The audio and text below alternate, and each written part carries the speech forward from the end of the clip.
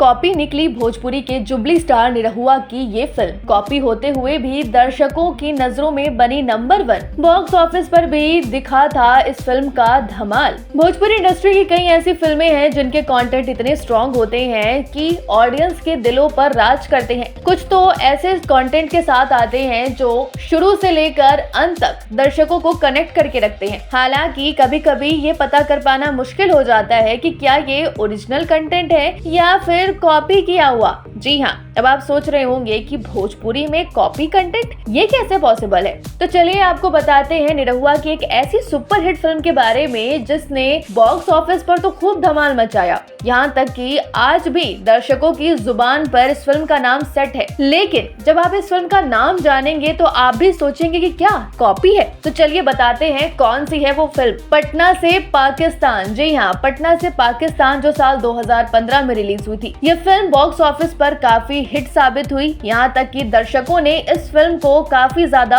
पसंद किया था। ये फिल्म भोजपुरी की टॉप सुपरहिट फिल्मों में से एक मानी जाती है। पटना से पाकिस्तान, इस फिल्म का जिक्र हर किसी के जुबान पर सुनने और देखने को मिलता है। लेकिन ये जानकर आपको हैरानी होगी कि पटना से पाकिस्तान को कॉपी किया गया है गुजराती फिल्म पाटिया जी पाकिस्तान चले। जी हाँ, गुजराती फिल्म से कॉपीड पटना से पाकिस्तान को जिन लोगों ने इतना प्यार दिया है वो असल में कॉपीड निकली, यानी कि ये ओरिजिनल नहीं बल्कि कॉपीड मटेरियल था। हालांकि पाटिया जी पाकिस्तान चले इससे पहले ही रिलीज हो चुकी थी। ऐसे में निरहुआ भी कहीं ना कहीं कॉपी मास्टर निकले। कमेंट में जरूर बताएं और ऐसे ही चटपटे अपडेट के लिए हमारे चैनल को लाइक, शेयर, सब्सक्राइब करना ना भूलें। पूर्वांचल लाइव की ऐसी ही लेटेस्ट और चटपटी अपडेट्स और गॉसिप के लिए बने रहिए अपने फेवरेट चैनल पूर्वांचल लाइव के साथ।